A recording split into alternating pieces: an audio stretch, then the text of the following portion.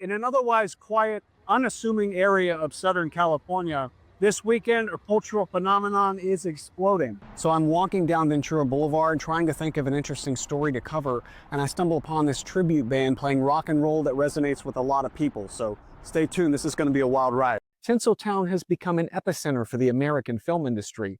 However, for many, the art of human creativity and originality is at risk. The Psychic Eye has been a spiritual hub for decades, a kind of mystic place surviving the digital age. From a distance, the Los Angeles skyline dominates, but the ground level view offers a different kind of truth. That truth is the raw, unfiltered narrative of Skid Row.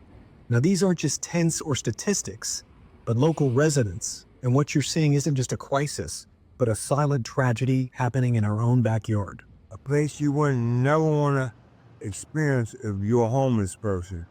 Los Angeles is the #1 city for homeless, and they call it Skid Row. And it's not a nice place to be.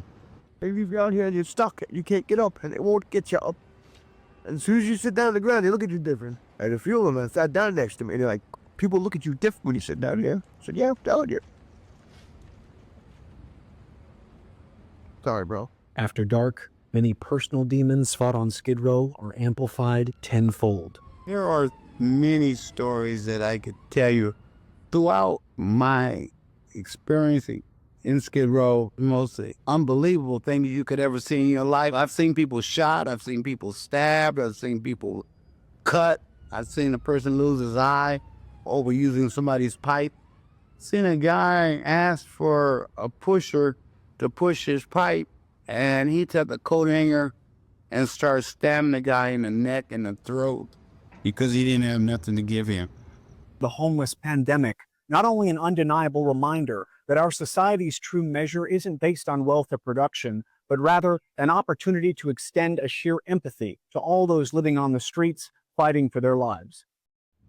In the ocean-scented air of the Ventura County Fairgrounds, it's dusk, and under the amber-glow floodlights, the fans eagerly await the main event.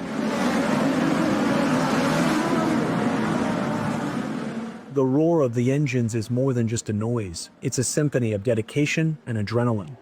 Each driver faces the risk of the unknown. That's just what I've grown up doing, and I just like the competition.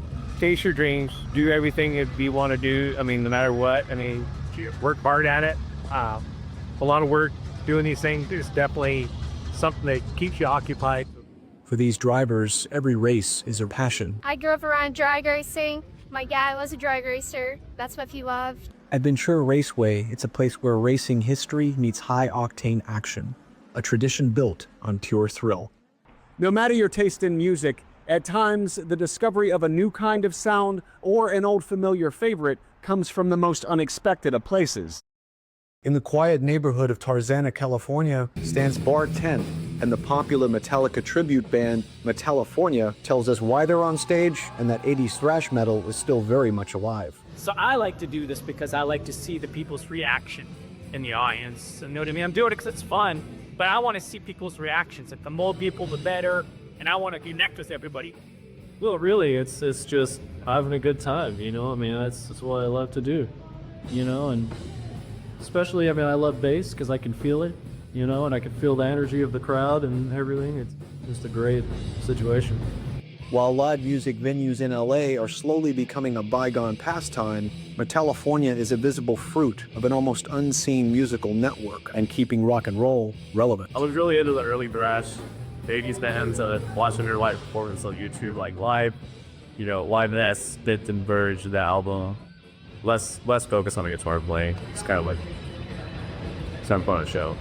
Johnny looks like Cliff. Orion looks like Lars. Daniel looks like Kirk when he curls his hair.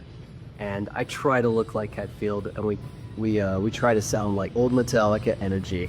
That's what we do. So whether you hear it on the street, a dive bar, a bowling alley, or a place like Dodger Stadium, here the music brings back a sense of nostalgia that is absolutely worth preserving. Reporting from Tarzana, I'm Jordan Lawson.